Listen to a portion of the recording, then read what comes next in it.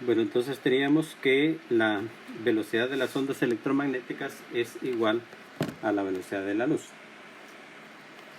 Usualmente lo que vamos a utilizar son funciones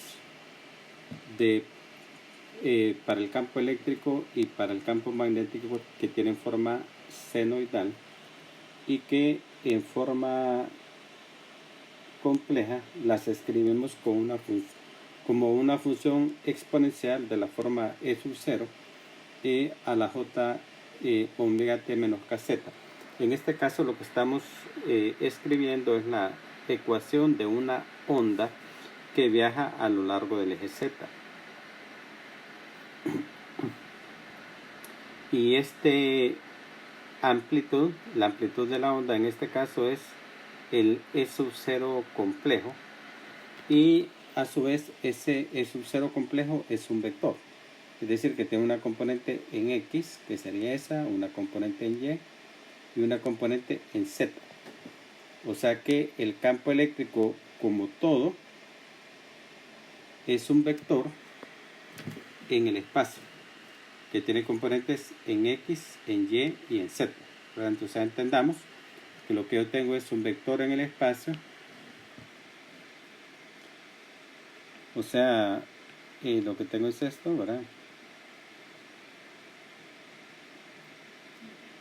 Vamos a decir que este es el eje X, el eje Y y el eje Z. Entonces yo tengo un vector que apunta en cualquier dirección. Por ejemplo, lo voy a poner así.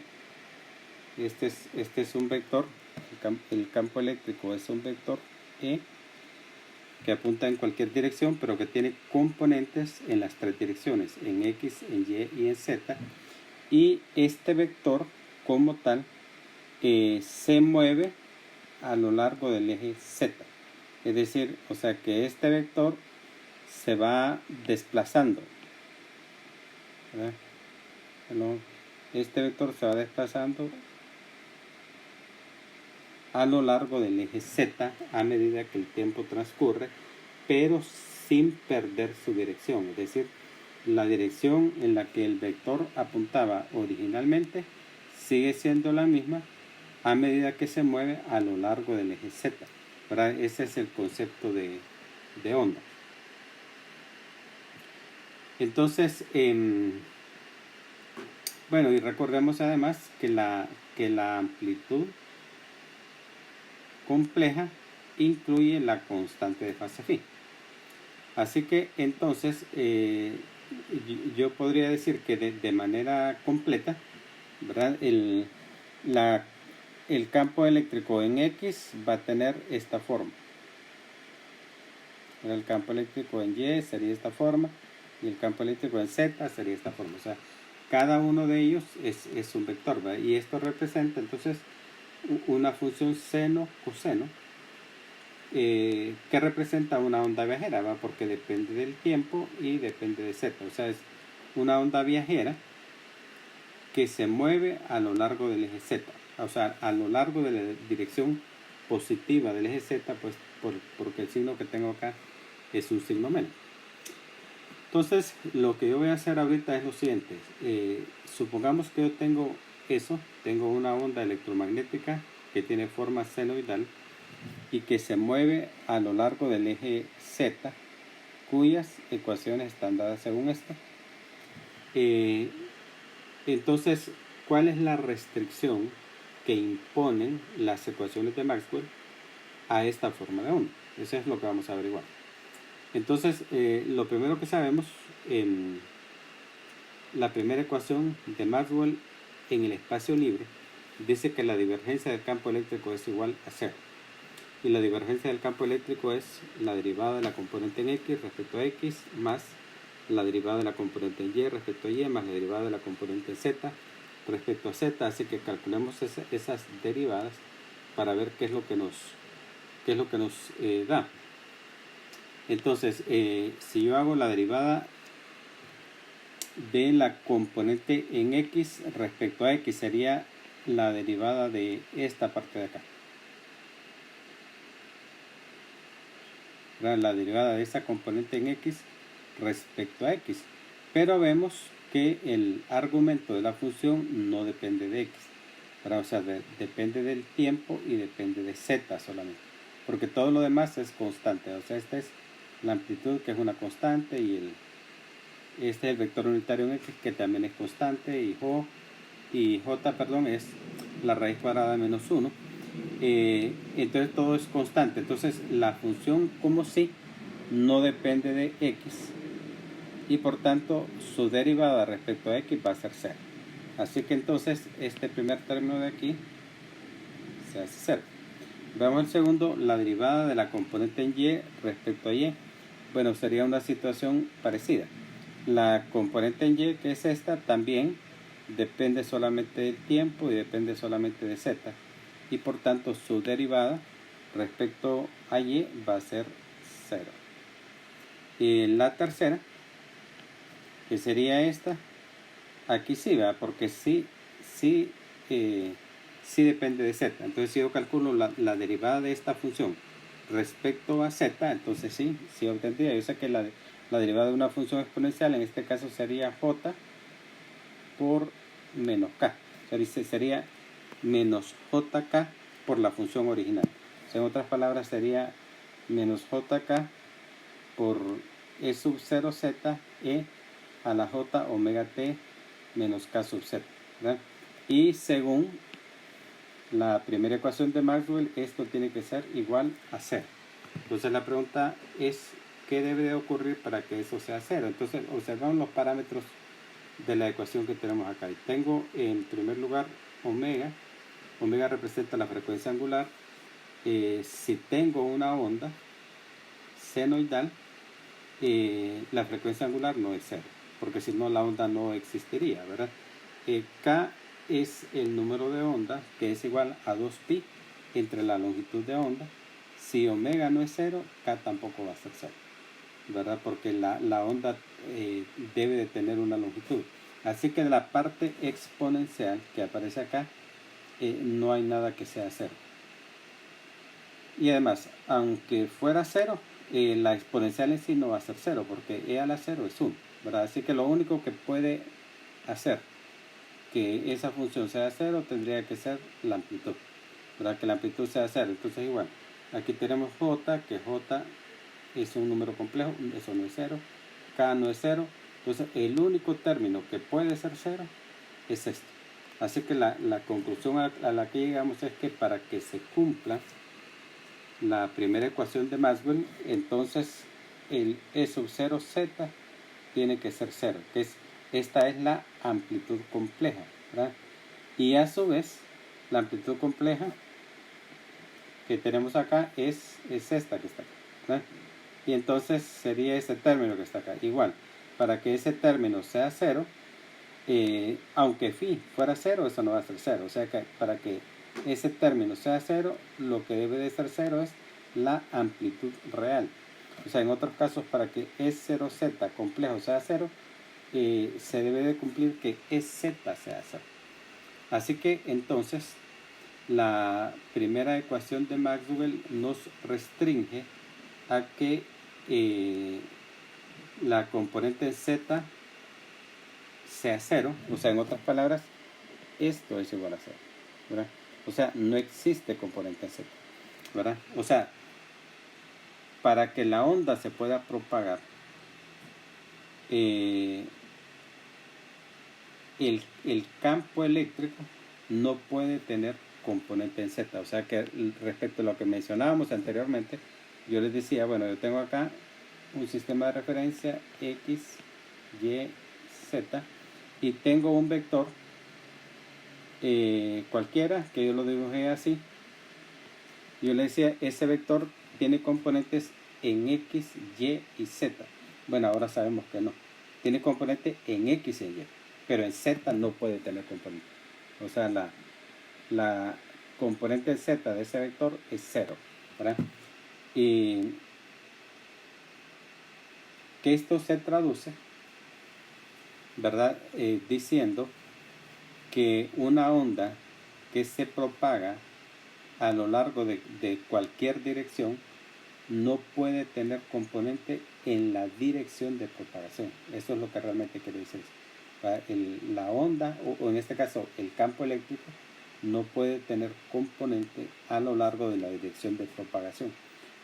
Si se propaga a lo largo del eje Z, el campo eléctrico tiene que estar en el plano XY, ¿verdad? O sea, es un vector contenido en el plano XY, y de ahí viene el nombre de onda plana, ¿verdad? A las ondas electromagnéticas senoidales viajeras se les llama ondas planas, ¿verdad? Y onda plana es porque los campos están contenidos en un plano perpendicular al plano de propagación.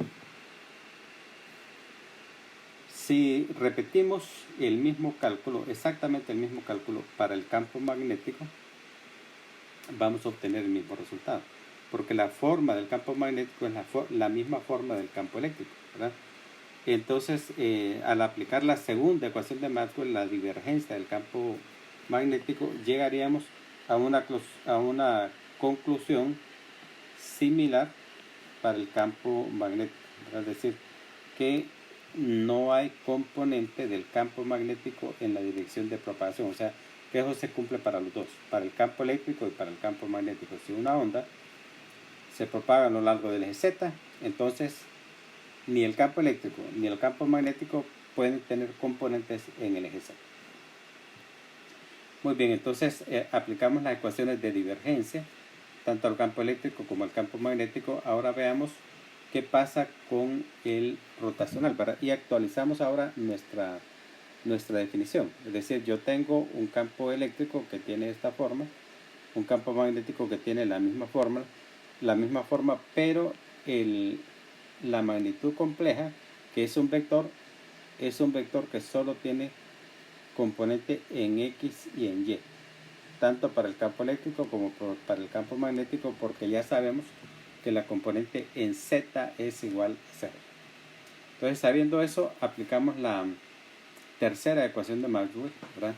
Que el rotacional del campo eléctrico es igual a menos la derivada del campo magnético respecto al tiempo. Pues entonces hacemos el cálculo del rotacional, ¿verdad? Que sabemos que es igual al determinante de una matriz, donde en la primera fila colocamos los vectores unitarios, en la segunda fila las derivadas respecto a X, Y, Z, y en la tercera fila las componentes del vector al que le estamos calculando el rotacional, que en este caso es el campo eléctrico, pero en este caso solo hay componente en X, componente en Y, y la componente Z sabemos que es 0. Entonces la componente en X de esto lo obtenemos, ¿verdad? Cancelando la primera columna, cancelando la primera fila y haciendo una multiplicación en cruz de los elementos S por S menos este por este, ¿verdad?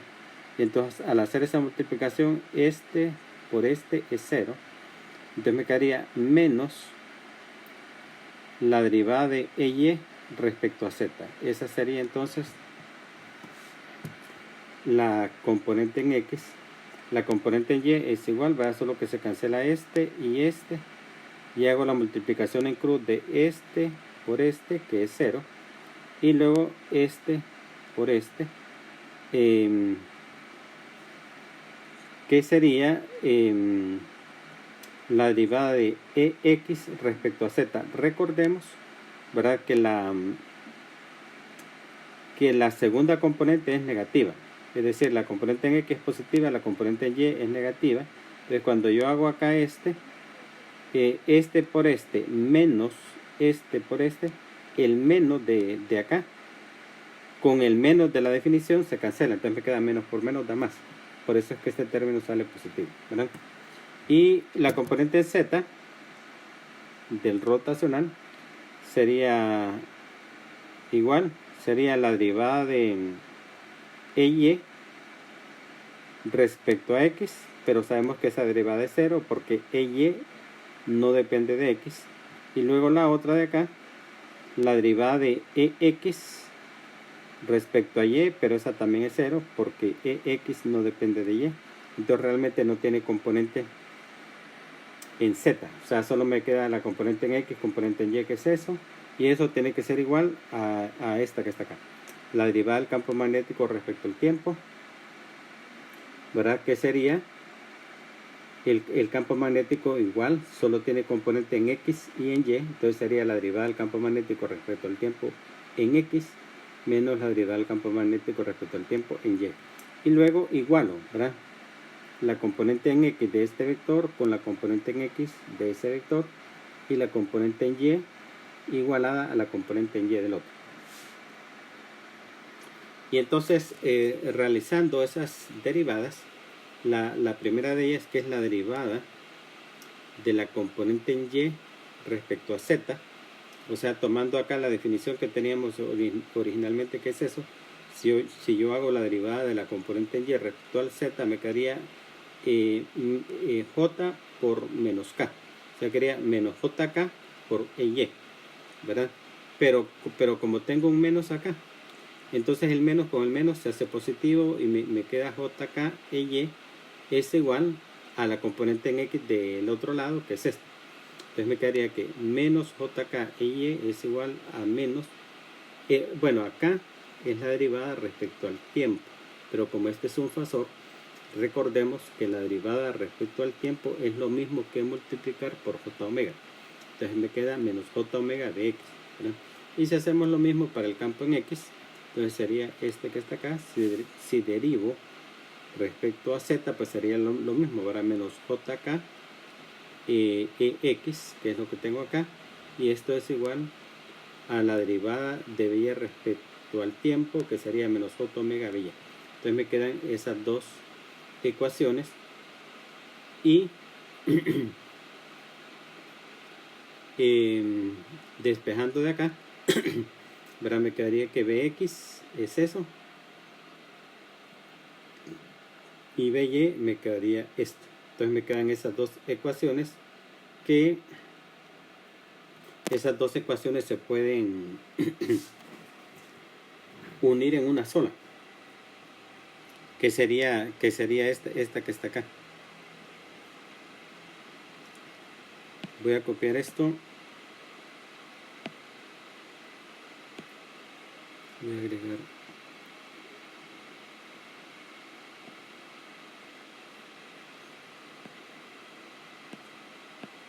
entonces les decía que eso lo puedo unir en una sola, y para verlo veamos que si yo calculo ese producto cruz, ¿verdad?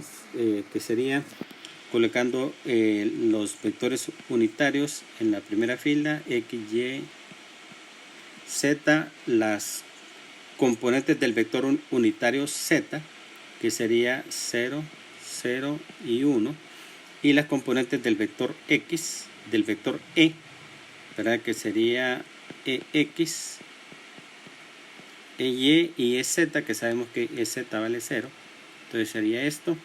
Recordemos que eso está multiplicado por K omega. Entonces igual, ¿verdad? Si yo calculo la primera componente, entonces sería 0 por 0 acá, 0 por 0 da 0, menos EX, o sea que menos EY, perdón, o sea que esto sería menos EY, que multiplica a K omega, ¿verdad? Que es lo que está ahí, entonces sería por K omega, ¿verdad? Y esto es igual a, esta es la componente en X de B, ¿verdad?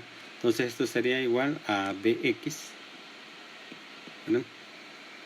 Entonces me quedaría acá que Bx, ¿verdad? Es igual a menos K omega por Y, que si lo comparo con lo que tenía acá, voy a pegar acá, es lo mismo, ¿verdad? O sea que este valor que tengo aquí es el mismo que tengo acá, o sea que se cumple. Y si comparo el otro, voy a llegar a la misma conclusión, ¿verdad? O sea que efectivamente esta ecuación que yo tengo acá resume a estas dos ecuaciones. O sea que podemos decir que la conclusión del rotacional, de haber aplicado el rotacional del campo eléctrico, es esa ecuación que está acá. que a su vez la puedo escribir como, yo sé que K sobre omega es la velocidad, es 1 sobre la velocidad, que es la velocidad de la luz, o sea que sería eso. O sea que la conclusión es esa ecuación. Entonces vamos a interpretar ahora los resultados que tenemos. Entonces,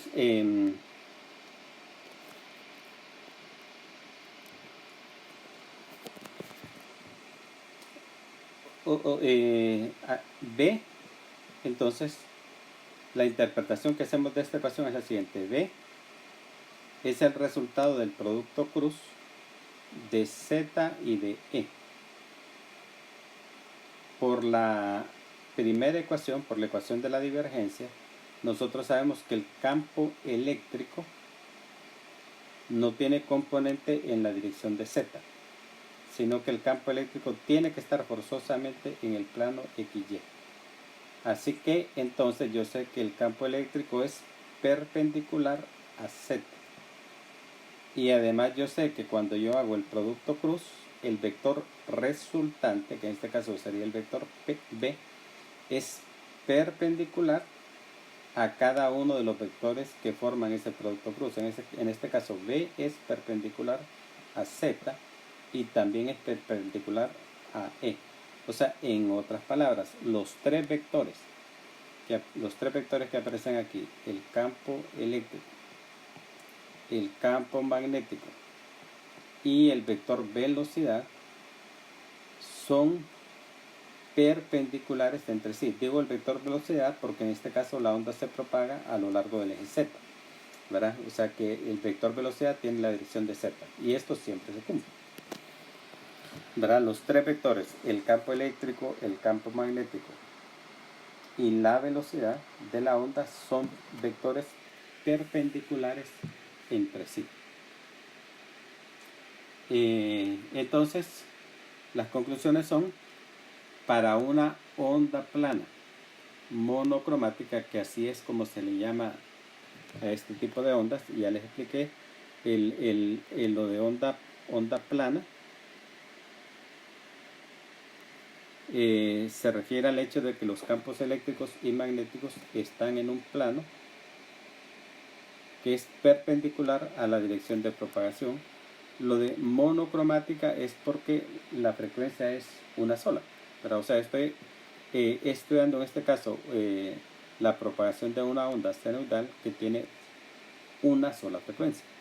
Entonces por eso es monocromática. Entonces decimos, para ese tipo de onda, el campo eléctrico y magnético no tienen componente en la dirección de propagación, y además el campo eléctrico es perpendicular a la velocidad y el campo magnético también es perpendicular a la velocidad. La magnitud del campo magnético es 1 sobre B, la magnitud del campo eléctrico, y esto lo vemos de la ecuación esta, ¿verdad? De la ecuación que calculamos acá. Aquí se ve que el campo magnético es, porque este tiene magnitud 1, ¿verdad? Entonces el campo magnético es 1 sobre C, la magnitud del campo eléctrico. Y que los tres vectores E, campo eléctrico, campo magnético y la velocidad son perpendiculares entre sí. Y que la dirección de propagación, o sea, la dirección del vector B, es el producto cruz del campo eléctrico por el campo magnético. Así es como tenemos la dirección de propagación de la onda. Y por otro lado, por último, la velocidad de la onda, la velocidad con que se propaga una onda electromagnética en el vacío, es la velocidad de la luz. O sea que entonces gráficamente lo que tendríamos es eso: el campo eléctrico, el campo magnético que es perpendicular al campo eléctrico, y la velocidad que es perpendicular a los dos, perpendicular al campo eléctrico y también perpendicular al campo magnético. Esta es la forma que tiene entonces una onda electromagnética senoidal viajera.